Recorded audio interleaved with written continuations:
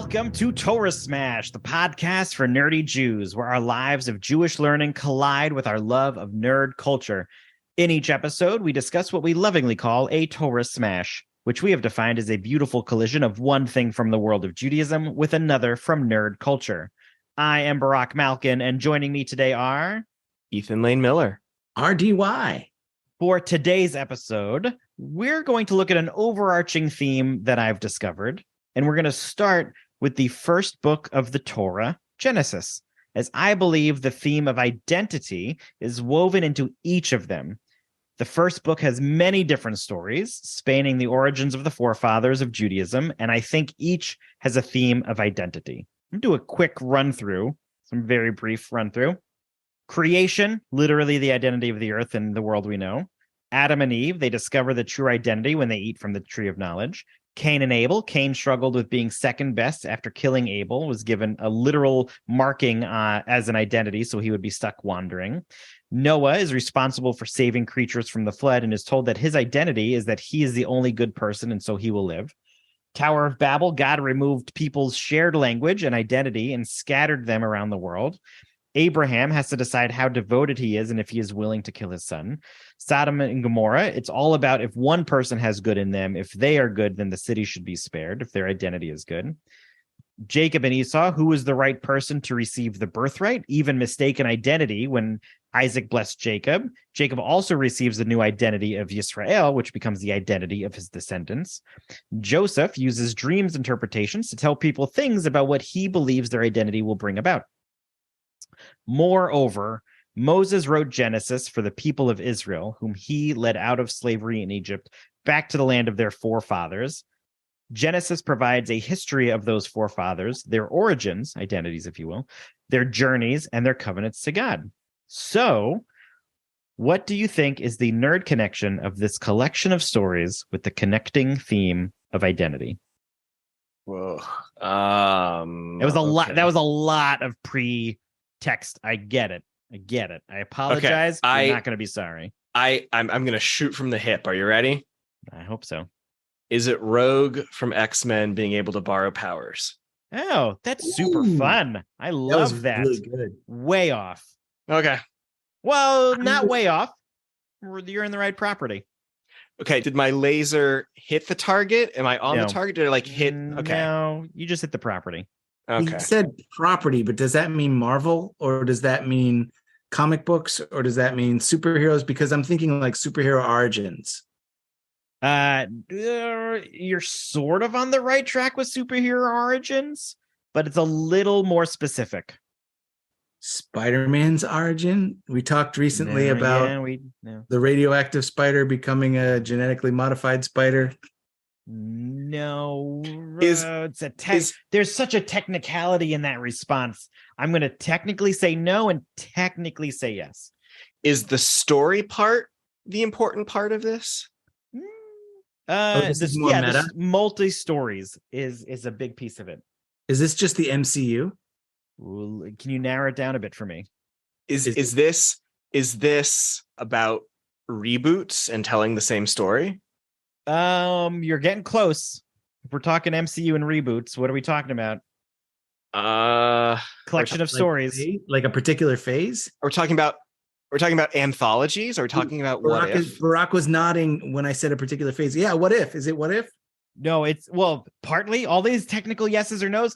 Today, we're going to do a deep dive into Marvel Cinematic Universe's Phase IV and the connecting theme in the projects, which I believe to be identity.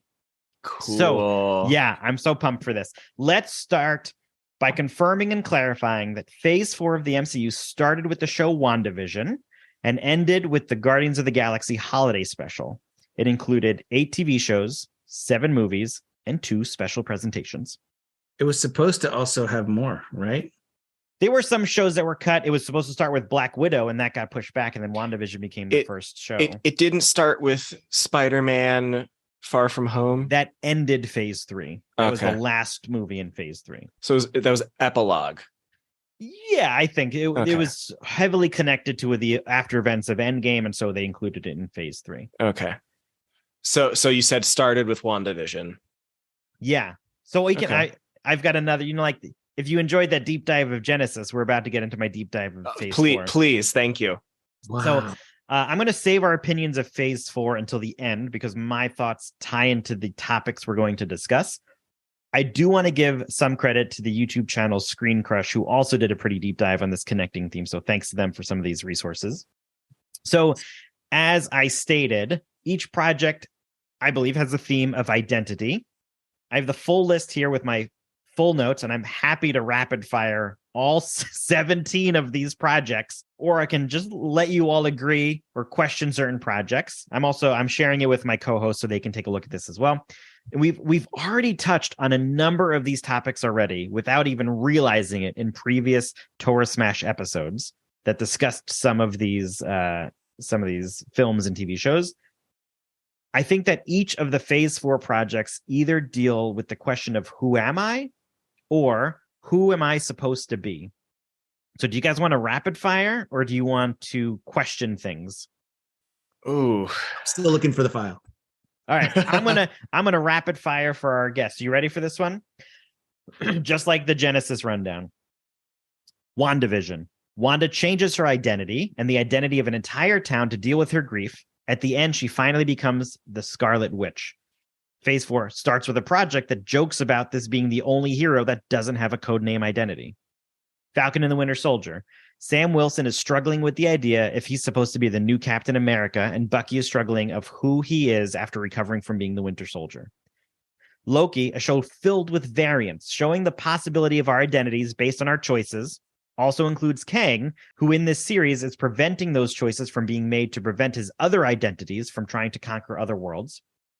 Black Widow, an entire world of trained assassins who have had their identities taken away, now have to decide who they are in the world, as well as Taskmaster having their identity completely stripped away from them.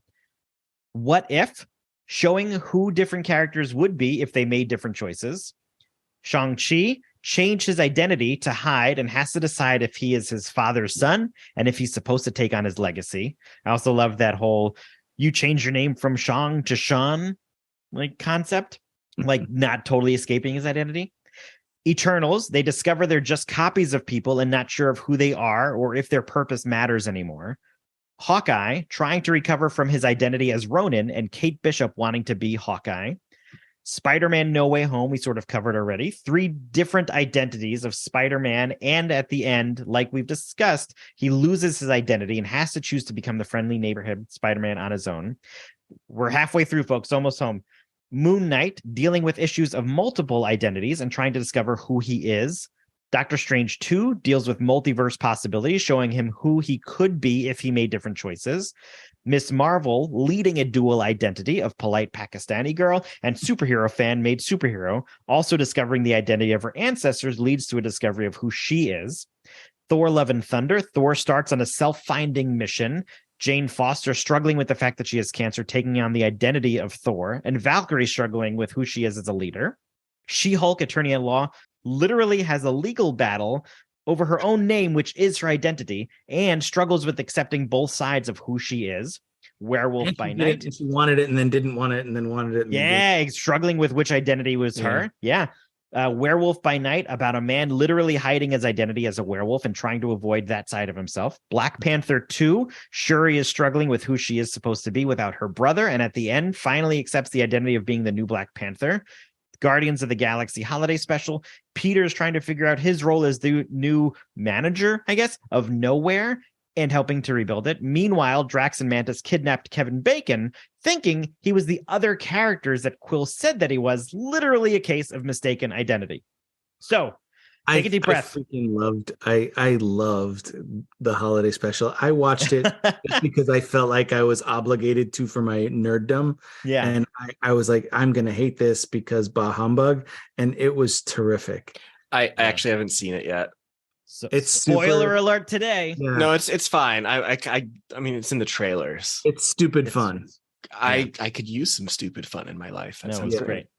That was a lot. Can I also add that what Phase IV was supposed to be included Ironheart coming out before Wakanda Forever?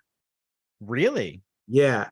It was like in its original release, the schedule release, Ironheart was supposed to be June 22 and Wakanda Forever July 22. I also know that interesting. originally Spider-Man was going to take place after Doctor Strange, and they had to do a little bit of reshooting on Spider-Man to like change things up a bit. It still would have been in Phase 4. And when you had guessed Spider-Man's identity, part of me said technically, and we sort of touched this on a little, I really thought that No Way Home wrapped up a 3-part move, essentially a 3-movie origin story of Spider-Man, ending us with the with great power comes great responsibility, giving us the Spider-Man that we know and love in New York City with nobody knowing who he is, struggling through it. So technically his originals, but yeah. And a little bit of a nod to that in the Quantumania previews, where the coffee shop guy goes, "Thank you, Spider-Man," to Ant-Man. No, yeah. Yeah, absolutely. So what is the next Marvel entry, and is that the end of Phase 4 or is that the start of Phase 5? Next one is Quantumania, and that is the start of Phase 5. Okay. And Quantumania was listed as Phase 4 when Phase 4 kind of came out at Comic-Con whenever. As was Fantastic Four, as was Guardians Volume 3, a couple of others. So how much of this is due to storytelling changes and how much is due to the realities of COVID? Yeah, that's a big part of it. Yeah. Is that there were delays and reshoots and things that had to happen because of COVID. So yeah. You're absolutely right. Yeah. So Barack, I guess to start to dive into your question a little bit, I do think I buy what you're selling, that identity is a theme throughout all these stories. I think it is stronger and more successful in some of them than it is in others. And I think, I mean, like anything, any sort of media, like you're going to like things more than others. But I definitely think there are some that do this much better. And I also think there's some that focus more explicitly on identity more than others. Yeah, absolutely. And I think part of this ability to have this tie-in is that Phase 4 is sort of a reboot, right? Phase 3 ended the Infinity Saga, and Phase 4 starts the Multiverse Saga. And we're getting new heroes, new groups of superheroes.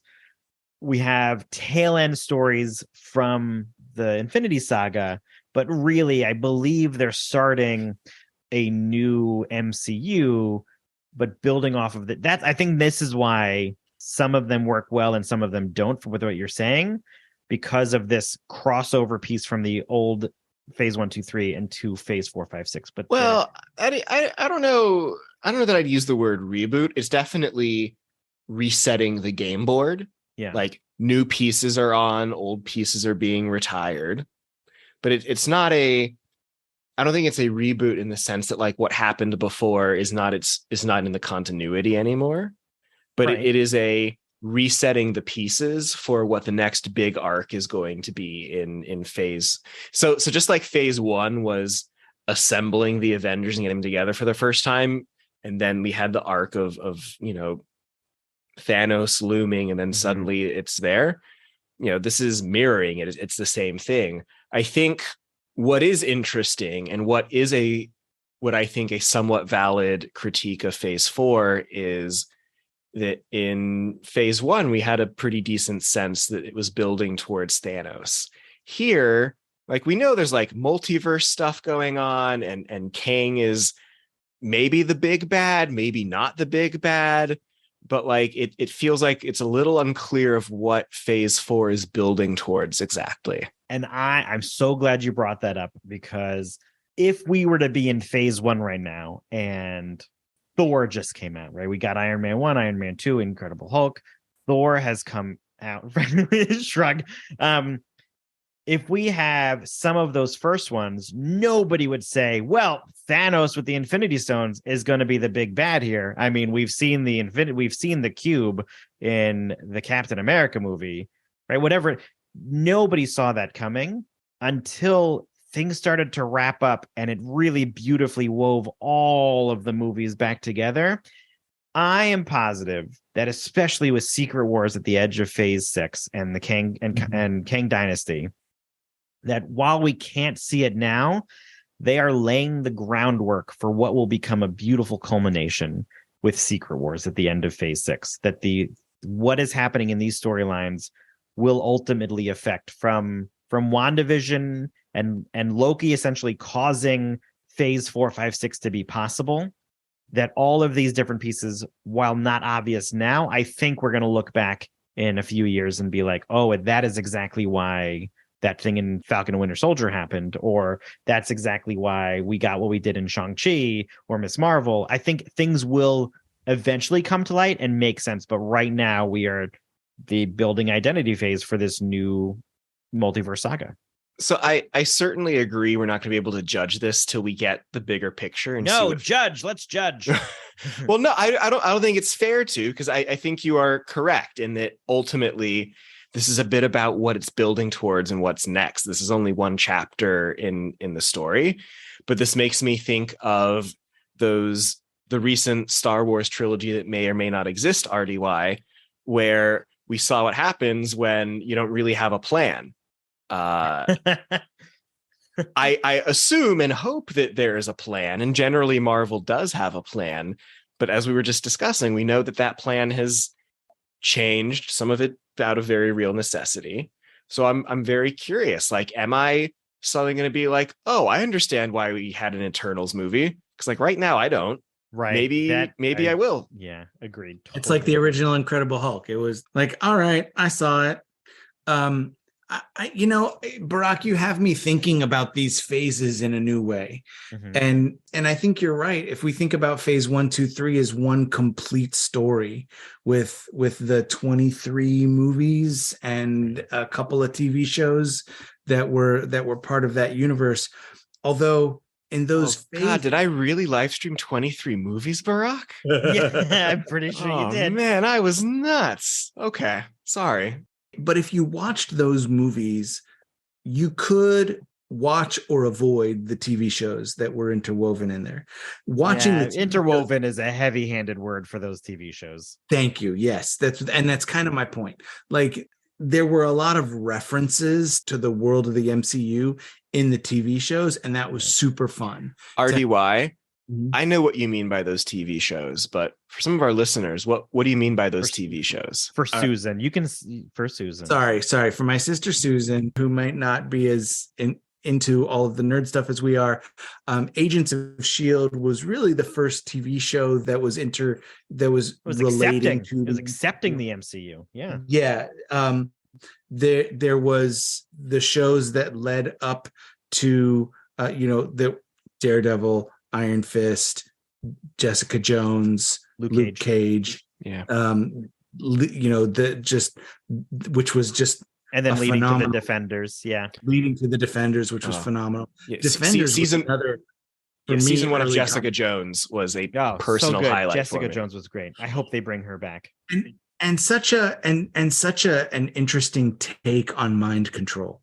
That we think, oh wow, mind control is such a cool power. No, it's not. It's forcing people to do things against their will. We also don't have to mention Inhumans, the one season of Inhumans. I'm glad they brought Black Bolt for Doctor Strange, but that was a terrible show. I will also say I saw someone in Costco today who looked so much like Medusa that I almost asked if she was the actor. And Agent Carter as well. That was, bouncing off ideas in that world. I think in thinking of phase 1 as the introduction, I'm getting a team. I'm going to call them the Avengers. Like that was always in the end credit scene. You always wear such nice suits. And then in phase 2, we were starting to see them developing into a team. And then in phase 3, they had the BBEG, the big bad evil guy, who they were going to fight against. Yeah. And so if thanks to you, Barack, I'm now thinking about phase 4 as introducing us to the heroes of this second series, which may be 4, 5, and 6. So like we might not, we were so excited with the Thanos movies when Thanos first started grinning at the end credit scenes. It was so exciting to see what they were going to develop to. And so, maybe Kang the Conqueror is a minor BBEG. Maybe he's just one of the villains who's going to, kind of like Red Skull. Like we thought we were going to see more of him. We thought he was going to be more significant. Yeah. No, I have theories, but that is a wonderful transition to bring Kang in for my next really fun smash for this Phase 4. So the Torah is called the 5 Books of Moses, but Moses isn't in the first book. He's only the person. It should be the 6 books of Joseph. Yeah, he he is only the person who is supposed to have been responsible for sharing the stories. So while he doesn't really make an appearance in Genesis, my proposal is that Moses is the Kang of the Torah's cinematic universe.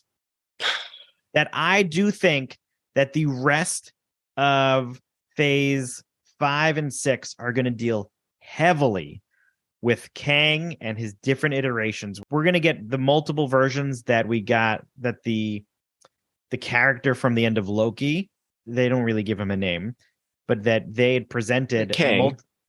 They didn't call him Kang in the show. Don't they? I really don't think they did. I think we all understood it was Kang, but Kang the Conqueror, that was not Kang the Conqueror. There are other identities of Kang, and I believe that was one of those other identities. Is Kang? I feel like he used Conqueror for himself. Like he became. They have others of we used words to describe me, and then he says Conqueror is one. I believe that's sort of a quote. Yeah, that works. Do we think that Kang the Conqueror is in Quantumania? Oh, definitely. Yeah, I would say yes, and I think because we're going to get Secret Wars followed by the Kang Dynasty. Here is my theory, which is why I say that he's the Moses that Moses is the Kang of the Torah universe. Mm-hmm. Because he showed up right in all of these projects. He was only in Loki. Granted, Moses isn't in the first book, but he's only in Loki. I am going to assume that based on what we learned, he will have these like hand in multiple buckets of Phase 4 that we just don't understand yet, just like Moses is the one retelling the story. And Kang literally is literally in charge of these different timelines, so to speak, that he's trying to conquer these stories that I think he's going to tie in heavily to Phase 4 after the fact. But I think we're going to get Secret Wars deal with some sort of incursion situation that we got introduced to in Doctor Strange 2, and that eventually the Kang Dynasty is going to be the people from Secret Wars splitting off, battling Kangs from different eras all at once to destroy him as an entire entity, as such, like the Kang Dynasty, like all of these powers that be of Kang, that's going to be the result. But I think that because of this unknown piece that we haven't yet discovered, I think he is going to have such a larger hand in Phase 4 that we don't know about, that'll tie back in because of these later projects that have been announced. Go ahead, RDY. I want to add to that. So I'm thinking about... That's my new theory, folks. Date it. 12/22/22. I'm thinking about Phase 2. Yeah. So the first movie of Phase 2 is Iron Man 3. Mm-hmm. What happens in Iron Man 3 is he's dealing with the aftermath of the first Avengers. Yeah. So there's a lot of traumatic stress disorder. Thank you. Post-traumatic stress disorder. There's a lot of there's a lot of still needing to figure out who he is as Iron Man and as Tony Stark. But at this point in the MCU, we know Thanos. We know that he's the bad guy. So maybe it is going to be Kang as the main bad guy in this, because we've already met Kang right toward the end of Phase 4. And then, Spider-Man is a huge part of Secret Wars, a huge part of the Kang story. Fantastic Four, huge part of the Kang story.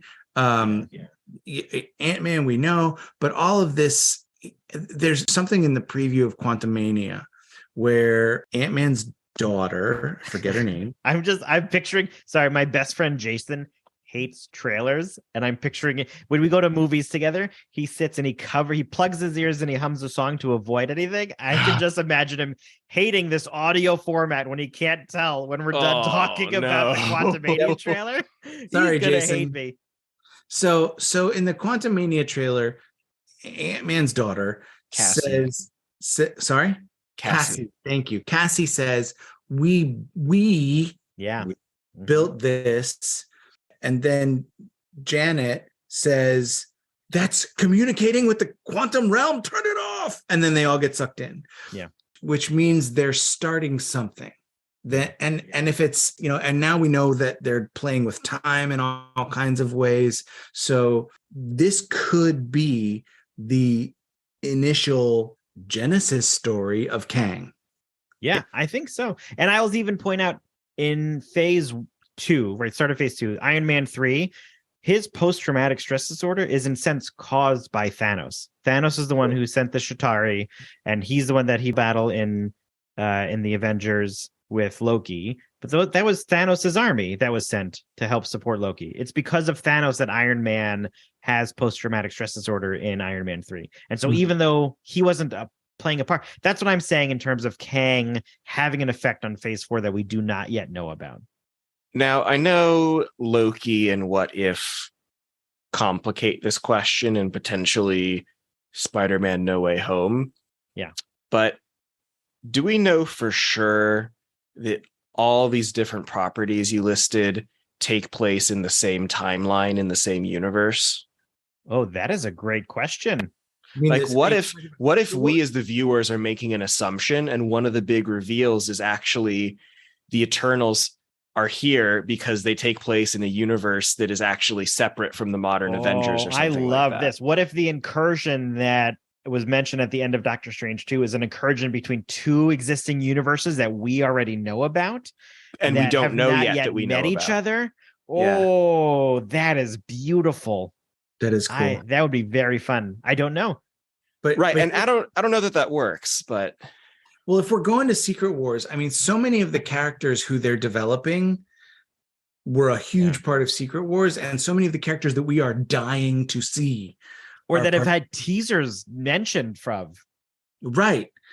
You mentioned in the last, when we were talking about Loki a few episodes ago, you brought up Enchantress. Yeah, she's a big part of Secret Wars. Titania, who we met in She-Hulk. Yeah. She's a big villain. Kang the Conqueror, of course, but also a huge part, Galactus. I thought you were going to say Doom. Well, I think Eternals is introducing that whole concept of Galactus. Absolutely, for sure. Planet Eater. Doom, if you have Doom, you need the Fantastic Four, which we're getting. And also Magneto as a good guy. Yeah, I'm very excited. There's a lot I'm down for. Yeah. Which also means we need all of the X-Men and Deadpool. There's Deadpool 3 coming out. Deadpool was a part of the Secret Wars, but Wasp made everyone forget. That's hysterical. That's a great. I hope that's a good tie-in. It's very Deadpool. Right, and Deadpool being meta and being aware that he's in a movie, like, that almost makes him able to like cross all these universes anyway, because he's like, yeah, I know what this is. Yeah. This is super fun. I thought this was a beautiful comparison. Ooh, I'm sorry for interrupting. And Deadpool can play with time. We haven't seen that yet. Well, we did in the post credits. We saw post credits of Deadpool 2. Yeah. That's so funny. That's very funny. If Kang mentions that you're not the only one that's done this, right? It's a teaser to Deadpool coming in. That would be very fun. Oh my God. That would be so fun. Yeah. Well, so I suppose this is all possible. And Spider-Man No Way Home and Doctor Strange Multiverse of Madness, I think they add some fuel to this fire potentially, because they actively play with other universes. And in Spider-Man No Way Home, it's about those universes coming into air quote ours. But in Multiverse of Madness, a lot of that is Doctor Strange going from ours, air quoted, into another. I love it. This is great. What were your favorite Phase 4 projects? Do we have a limit? All of them. You can't say all. Pick one or two. If you can, pick one or two. WandaVision will always be special because that came at such a unique point in the pandemic that it was a very communal thing. It was always like, oh, what's happening next? It's a mystery in a way that many of the other properties won't. So it'll always be special. I don't know that it's my favorite. I think Loki, Spider-Man. Loki is also special to you for community building since you watched it at camp. Yes. Yes. True. But yeah, I think Loki, I think Spider-Man, I think Black Panther. If you forced me to three, those are the three I'd pick. If you gave me a fourth, I would pull in Doctor Strange. I'm sharing a lot of these things. WandaVision was great. There's a screenwriting term of, instead of a whodunit, a whydunit, and this whole mystery behind what was happening episode to episode was so fun for me. So I enjoyed that launch into this new era, as well as the introduction into Sword and some of these other greater galactic pieces of the MCU.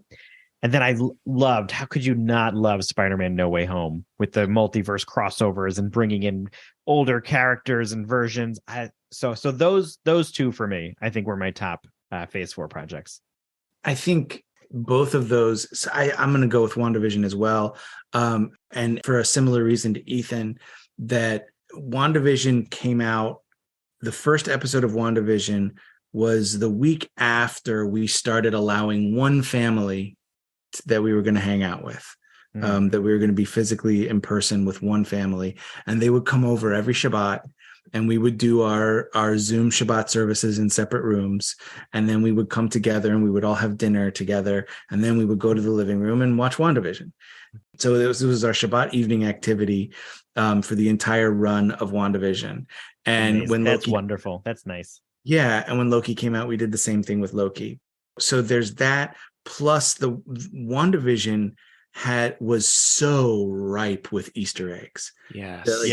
I think more so than any other single project, because the commercials led to it, posters on the walls led to it. The changing times meant they could change the background and do different Easter eggs for every episode. And it was just like so chock full of hints and clues. And I think that was partly probably also the nature of being the first in the phase.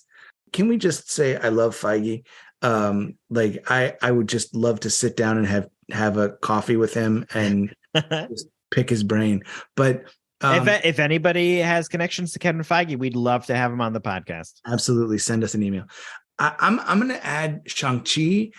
And I think on a different level as just a nerd. But when I was a kid, I used to love Kung Fu movies, and a huge Jackie Chan fan. Yeah. And like the early stuff, Drunken Master and Fearless Hyena, like really old, were the only cool thing about the movie. Oh, that's so fun. I didn't know yet. My cleaner used to bring me old VHS copies of her son's Jackie Chan tapes. Kung Fu tapes. So I had like a whole collection of really old Jackie Chan and Bruce Lee movies and everything. I mean, watching Jackie Chan do Kung Fu was like watching a master ballerina dance. Well, he did more than just Kung Fu. He was an expert in multiple areas, which is absolutely. and Chinese ballet, right? A choreographer of Shang-Chi was a choreographer of Jackie Chan's, which is why the bus scene was so probably heartwarming to the two of us.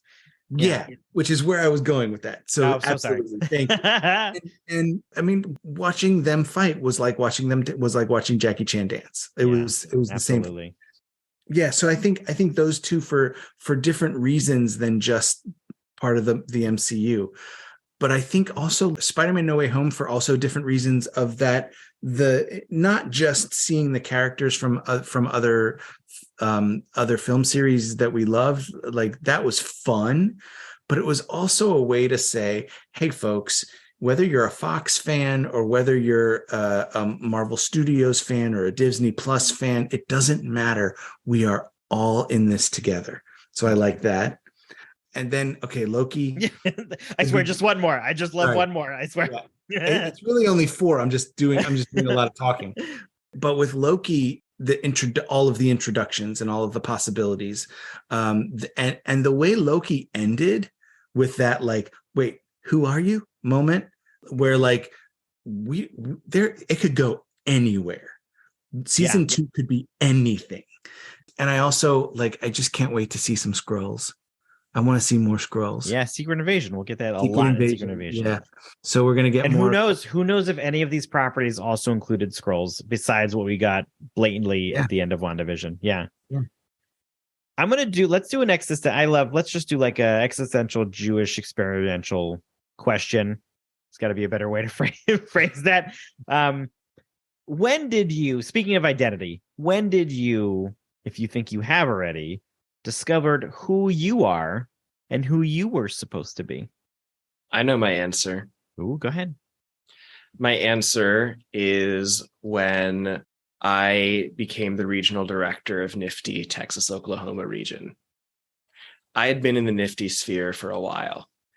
And in spite of me being in that sphere for a while, I was still nervous to do this job. I was excited for it. I was nervous.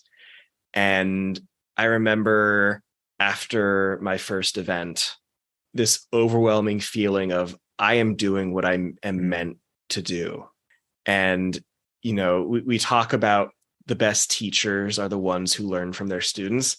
I learned from my 16s on the regional board so much, so that, the tragedy of my story is I got to do that job for just about a year until the pandemic happened and blew everything up.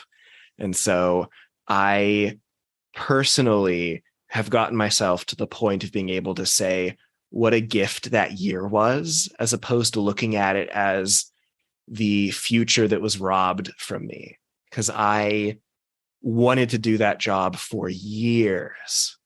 I wanted to really, really do it. And what I've chosen to take from that experience was the confidence in what I learned, the confidence in who I am.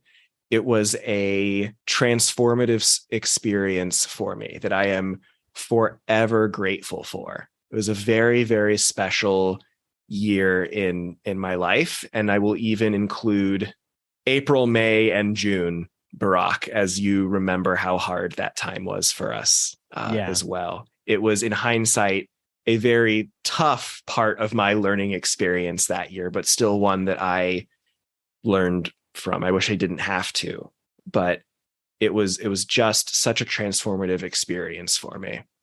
And I know the joke is okay, it's just Jewish youth group. It's just a youth group, but it was meaningful. It was worthwhile. It was impactful. And so it for me, that was that experience. And I could take 10 more minutes talking about it, but I won't. Oh, so that you all can talk.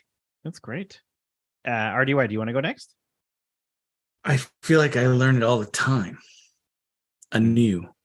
That you were still becoming who you're supposed to be. Always.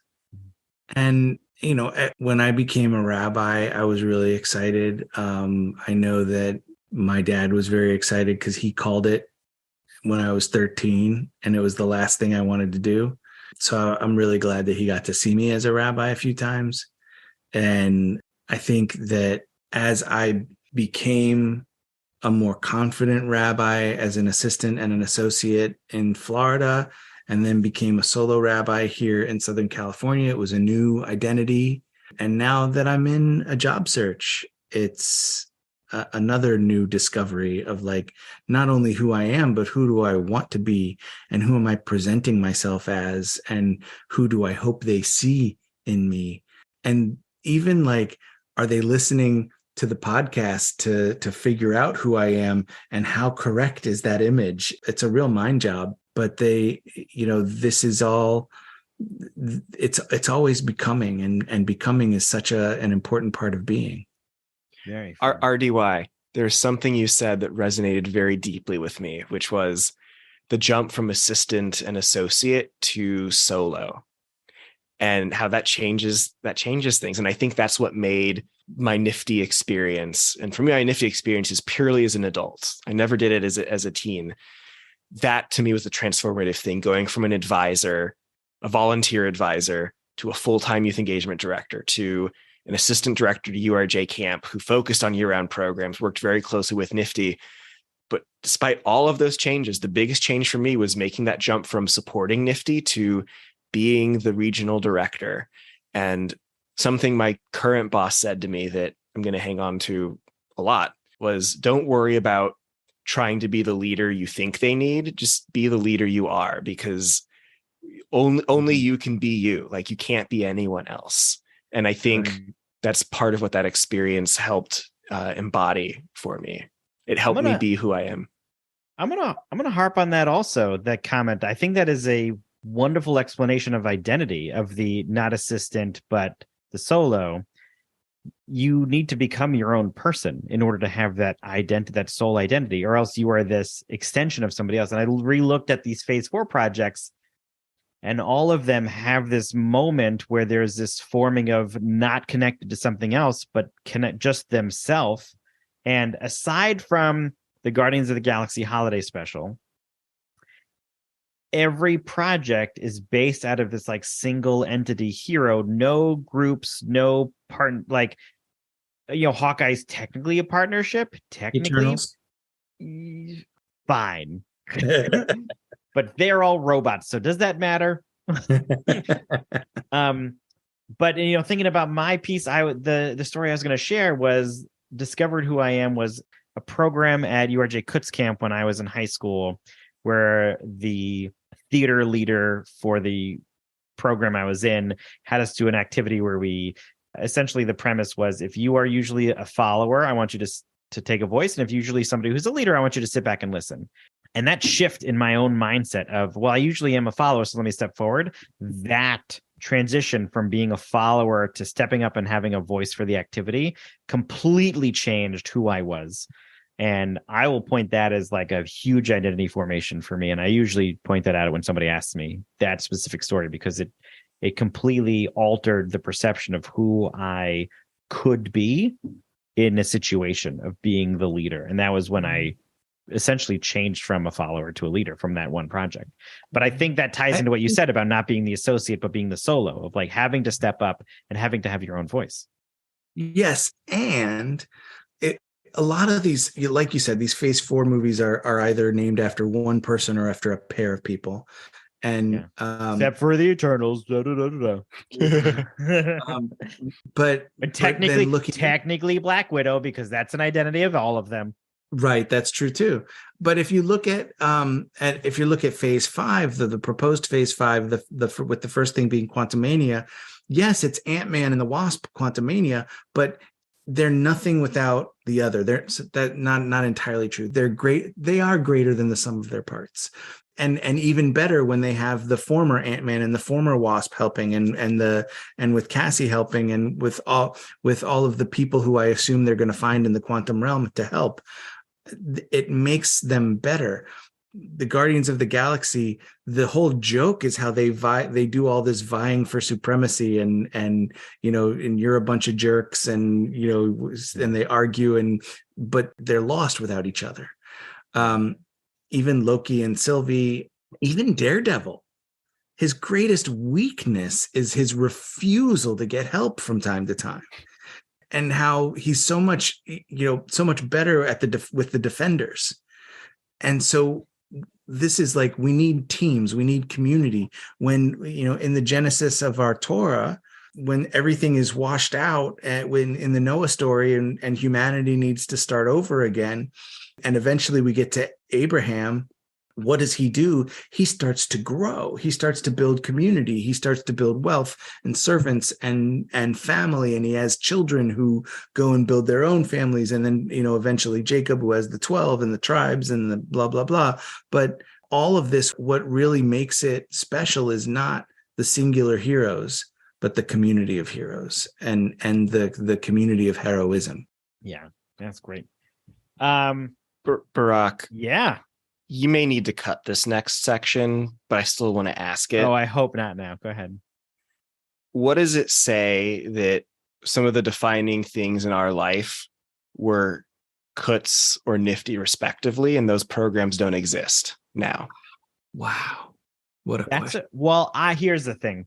That's a great question. I think it's tough, but I will venture to say that in a lot of people's lives, the things that form and create who they are disappear, fade away, get torn down, etc. Right? There are probably older listeners who spent every summer in the Catskills at those, the Nevele and those buildings are not what they were at all. Those summer camp experiences don't exist for new people anymore. Or if somebody had spent every Wednesday going to a comic book shop that is closed, and that place that formed who they were and that community where they found no longer exists. I think that the Reformed Jewish community does hold those places to be very special. And I use the Nifty program as a place because it moves where you are, as opposed to just the buildings that like were at Kutz. I think they'll always hold a place, but time changes. Change is difficult. Change is really hard, which is why that question sounded like a difficult one. But I don't think just because they disappear mean that they're gone. I think they have formed a very strong connection to the people who need them to, right? Your Nifty piece, my Kutz piece, those programs aren't there. And yet, when asked, where was your identity found? It was found in a place that doesn't exist anymore, which is okay. For us, it was what we needed. There are going to be people who have programs that now exist, right? I cannot wait until somebody says, my summer at URJ 6 Point SciTech Academy, which did not exist when you and I were younger, that is the place that they found their identity. That's something that did not exist when we could have found it, right? So there are places that other people will find belonging and identity and formation where we were not able to, just like the places that we were able to find formation, connection, identity do not exist for other people to be able to find that again. It's a moving piece. Yeah. I think a part of my soul was just healed right there. Oh, that's so sweet. Thank you all for joining me on Ethan's therapy session. It'll be $500. Great. This is the origin story of the new Ethan. Yeah. Let me ask you this. I've tried to take that perspective. Like for sure, everything changes. Nothing is constant. And like the thing I had to this is going to feel so silly, but we'll all get it also. My family's favorite restaurant closed last month. And it was devastating. Like that was the place we would take guests. That is the place we went to celebrate things. Mm-hmm. That was our place. Yeah. And it closed. And it's like, thank you, universe, for another reminder that nothing stays the same, that I'm getting older.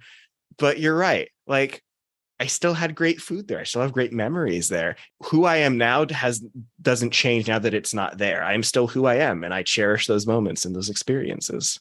I was going to say man plans and God laughs. And now maybe I'll say man plans and God teaches. Oh, but that doesn't rhyme in Yiddish. Oh, does it rhyme in Yiddish, the other one? Yeah. Go ahead. I don't know it. Oh. Well, okay, let's wrap up with a question. Thoughts on Phase 4? How would you rate it? Let's give it a smash rating.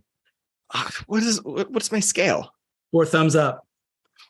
4 thumbs up? Phase 4. Oh, Phase 4. Oh, that's nice. That's nice. Thanks. Thank you. I thought it was great. I thoroughly enjoyed it. I thought it was a lot of fun. All of the projects had their own take. I even, it took me a little while to get into She-Hulk Attorney at Law. But once I realized that I was watching a law show and not a superhero show, and every week had a different case for her to solve, that is when I said, this is a great show. It felt like Jessica Jones, not a superhero show. It's a private eye show. Get in your head that you're watching a private investigation show in Jessica Jones, and it's way better. It was already amazing, but it's a very different perspective. You need that noir spinning fan in a dark room with the name scratched off the door. It's exactly what she got. It was amazing. So overall, really loved Phase 4. I cannot wait for what's next. Can I also add that all of the Defenders shows were different in their genre? Like you said, Jessica Jones was the spy show. Iron Fist was classic kung fu. Daredevil was the comic book show, and Luke Cage was blaxploitation. Yeah, and maybe Jessica Jones was also a little bit of soap opera. Ish. I'll give you. I'll agree to Ish. But they were all.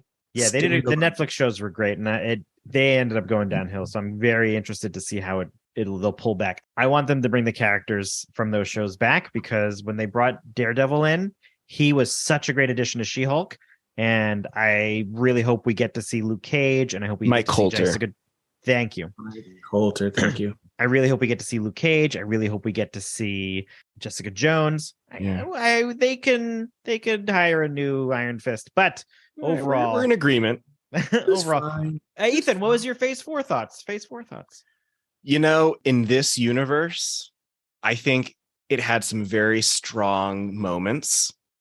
And I think the overall picture's a little unclear. I think I need to see what this is all leading to for me to fully vet and appreciate it. For every Spider-Man No Way Home where I can just gush on and on, I have the Eternals where I'm like, what, why did I? Okay, great. This was a thing. Okay, we did this. Yeah. I think you'll get it.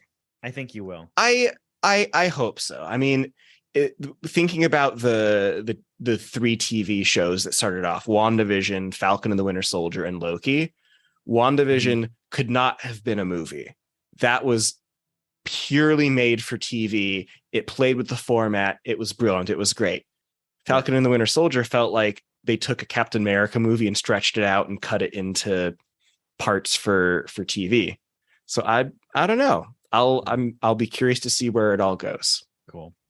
I think I need to start watching these again instead of Star Trek. Oh, no. Well, let me close and say that, I'm a Jewish nerd because I have explored the different sides of me and have completely accepted and welcomed those parts of who I am. We all can still struggle in hard times of how we are supposed to act, who we're supposed to be, and who we are ultimately meant to become. Moses told the stories of where we came from to make sure that we know that our history and the choices of those before us help to shape and create the world we know. And if you're still not sure, don't worry, because you may find out you're supposed to be in your own Phase 5 or 6. We'll find out. Looking forward to Phase 5 and 6, everybody. I think that's going to be a lot of fun. Can't wait for Quantumania. Yeah, same. All right, well, that'll do it for this episode of Torah Smash. Our fiscal sponsor is Jewish Creativity International. Our theme music was created by Sean Fogel. You can check out Sean's bands and studio work at www.thesleepywest.com. We want to hear from you and continue today's nerdy discussion. Go to torahsmash.com to find where to connect with us online, purchase swag from our store, support us with a donation, find previous episodes, and more. And if we ever need to hide our identity, we've learned from the best. We'll simply change our name from Torah Smash to Horror Smash.